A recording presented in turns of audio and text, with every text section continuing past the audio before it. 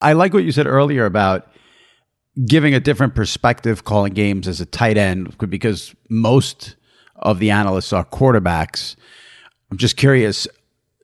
So I think that's a huge strength. What would you say you need to improve upon? I mean, you've only been doing this for 2 years, so obviously you probably have some stuff you think you can do better, or maybe you want to do differently. What would you like to, get better at doing games?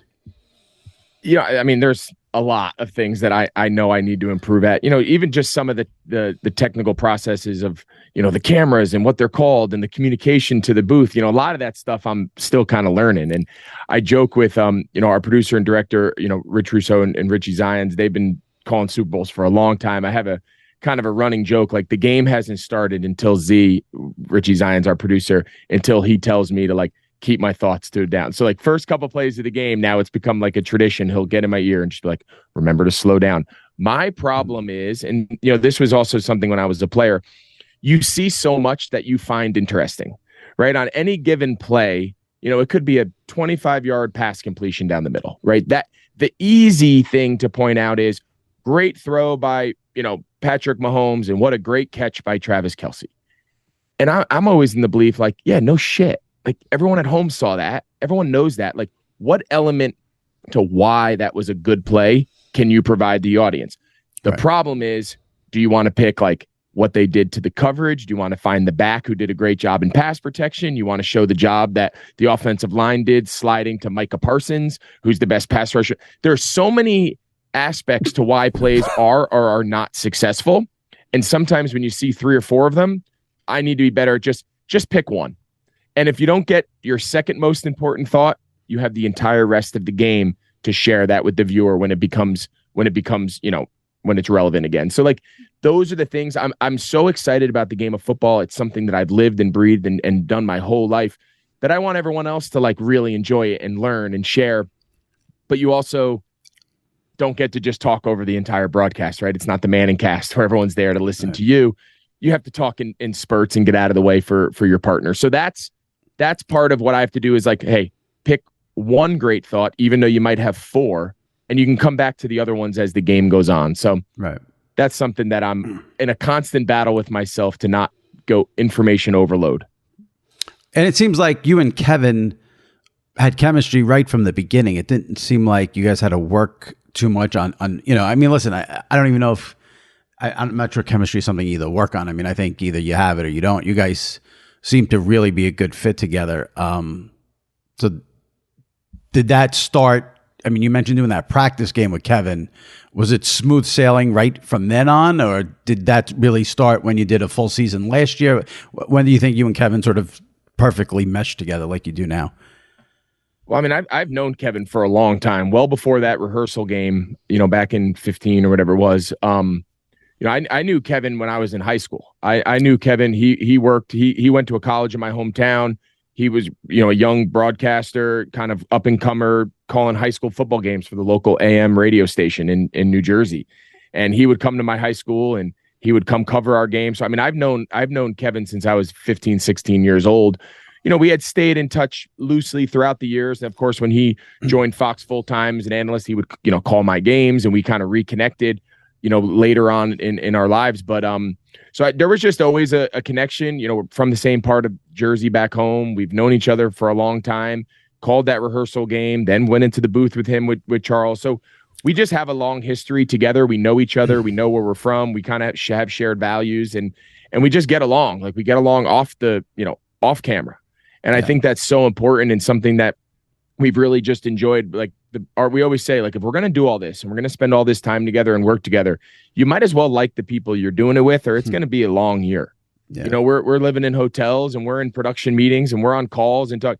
If it's a grind to be around these people day in and day out, you're going to make for a miserable person to work with. And the reality is you're not going to be very good at your job because it's going to affect it in some capacity. So I'm very fortunate that Kevin and I and the entire crew, I mean, Aaron and Tom, I obviously have gotten to know them more closely this year as a result of working together. But it's just a fun group to work with. And obviously Kevin, it starts and stops with him and just his personality and the way he is. So I'm very grateful for that. It's definitely made this transition a whole lot easier versus working with someone that you have no prior history with. Yeah, for sure. I I had Kevin on this podcast. I don't know, it was either 2 or 3 weeks ago, and you mentioned the Brady deal at Fox, and Kevin shared a funny story about that. I'm going to play a little clip of it right now to hear, so you can hear what Kevin said. I had asked him about, obviously Brady has this deal with Fox to come into the booth. You have the job, and you guys have done Bucks games. And I asked Kevin about the first time you have your meeting with Brady this season, given the sort of elephant in the room.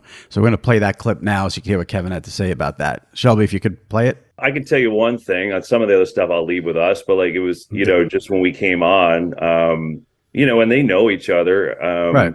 But when we came on, we're just shooting the shit at first, and like you usually do before you actually start these meetings. And Greg said, and hopefully he doesn't mind me saying this, but Greg said, "Tom, I got to tell you, this TV thing sucks. It's just, it's so." But it was great. We were dying laughing. So I know Kevin. I know that story is accurate. He wouldn't come on and make that up. So give me your perspective on that first meeting with Tom and that icebreaker that you gave him. It is a true story. It is a true story. And we had joked, Kevin and I had joked, leading up to that first Bucks game. I think we had him, I want to say early. I mean, it was really early in the season. God, the games all blur together. I want to say it was week 2, maybe week, 2 or 3, whatever it was. Yeah. And we had joked you think Brady, what do we say to him? Obviously everyone knows that he potentially could come, work for Fox, and it's my job. And, we were just kind of joking around about the thing. So it wasn't really anything pre-planned, and it kind of came up, and he's asking how we're doing. And, again, like Kevin said, we're just kind of shooting the shit, just kind of small talk and breaking the ice. And I was like, Tom, this TV shit sucks. You don't even worry about it. I'll handle it. I'll deal with all the bullshit. You just keep playing, go be a model, do whatever you got. You have 1,000 things you could do. And he got a kick out of it, and we laughed. I don't know Tom really well. I mean, I know him. We've crossed paths, obviously, playing against each other a bunch of times over the years. And we had some dialogue back in 2020 about potentially, going to play with him when he was a free agent and I had gotten released by the Panthers. So we've had some relationship over the years, nothing overly personal, or away from the game at all. But he's obviously someone that I have immense respect for, and someone that I feel very strongly and hold in high regard. So it was just it was a fun moment. He laughed. It was a kind of a fun kind of icebreaker. Like you said, it was the elephant in the room. Everyone was thinking it. Everyone knows it. And, I haven't shied away from it. It's not something that I hide from. It's not something that intimidates me or makes me feel, uncomfortable.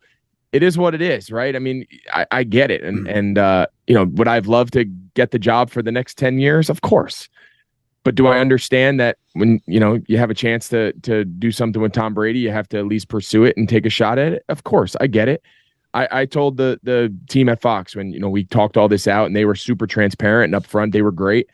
I said, you know what, guys, here's my goal. I hope next year after the Super Bowl, I hope the conversations internally, I said this in jest, right?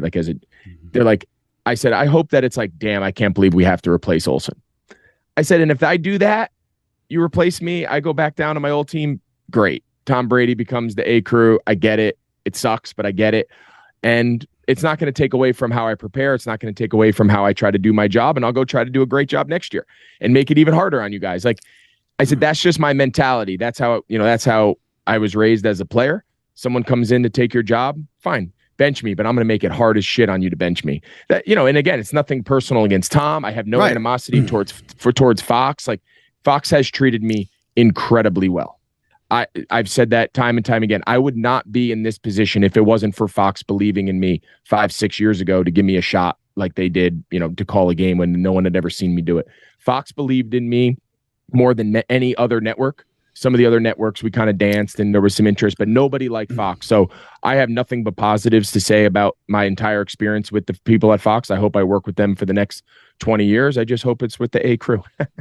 I've said on this podcast, and I probably have written this in my column. I when this whole thing came down, I thought it was sort of super weird and shitty for you. But I said, if it was, let me rephrase that. If it was anyone else that Fox was going to bring in, I think it would be super shitty for you and weird. But when Fox is bringing in the greatest quarterback of all time, it's like, what are you supposed to do? You can't blame them for doing it. So you're in a weird spot from sort of and it's not just the greatest quarterback of all time. He's also this personality outside of football. So it just all makes sense for Fox. It just, if I was them, I'd do the same thing. Right. I get it, right? Like, we all have to live in reality. And I think sometimes people choose not to live in reality. I am very clear on what I signed up for. I'm very clear on how this world works. I've lived it for 20 years. I get it. And it doesn't make me uncomfortable. It doesn't make me resentful. I have nothing but appreciation for all the opportunities. If this is the only Super Bowl I ever call, I still got to call Super Bowl and have a blast for a year and call some of the most highly rated games in NFL history. Like, what do I have to complain about? Well, and it also, I don't think it's out of the realm of possibility. They'd keep you there and make it a 3-person booth, which, I mean, on one hand, as just a viewer, I hate 3-man booth, but I would get why they would do that, because if they like you, you're good at your job, Tom hasn't done it before, it might make sense to, put him in there as a 3-person. Have you thought about the possibility of that?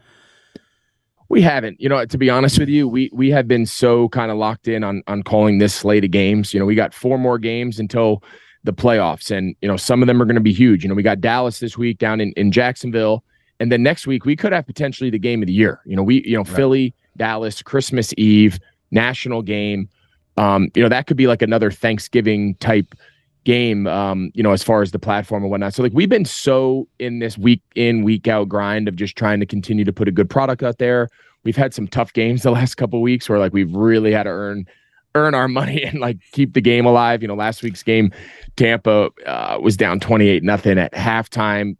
First part of the third quarter, McCaffrey scores again. The 49ers are up 35-0. So, like, we've had some games go both ways, good and bad. So, as far as what the future holds and how the booth is set up and how, Tom, to be honest with you, I don't really spend a lot of time. I'm sure this offseason, that'll be more of the focus of the conversation and more of the focus of my energy. But right now, we got 4 regular season games left. We're hoping that every one of these has playoff implications. Every one of these is super exciting and comes down to the wire. And then I've never called a playoff game. So that first week, that wild card game, wherever we are, whoever we're playing, whoever we're doing, it's going to be the first time I'm ever calling a game in a playoffs. And then the next week will be the first time I ever do it in divisional. And each week it'll be first time. So I'm excited for that journey. I'm excited about what these next 2 months, bring to the table. And I'm going to enjoy it while we have it and make the most of it. And I'm not going to try to waste a lot of my energy and time, worrying about hypotheticals, because as we've all seen, every time everyone thinks they know what's going to happen, something new happens. So no one's been able to predict the future of this whole kind of musical chairs for the last year. And I don't know if I sure as hell ain't going to be able to do it now, The week before Kevin was on, Joe Buck was on this podcast, and he said he wouldn't be surprised if Brady never did a game at Fox, and it caused a big stir out there in the aggregation world of the internet. So maybe Joe will be right, and you'll be with Kevin as the A-team forever. And there you go. Who knows?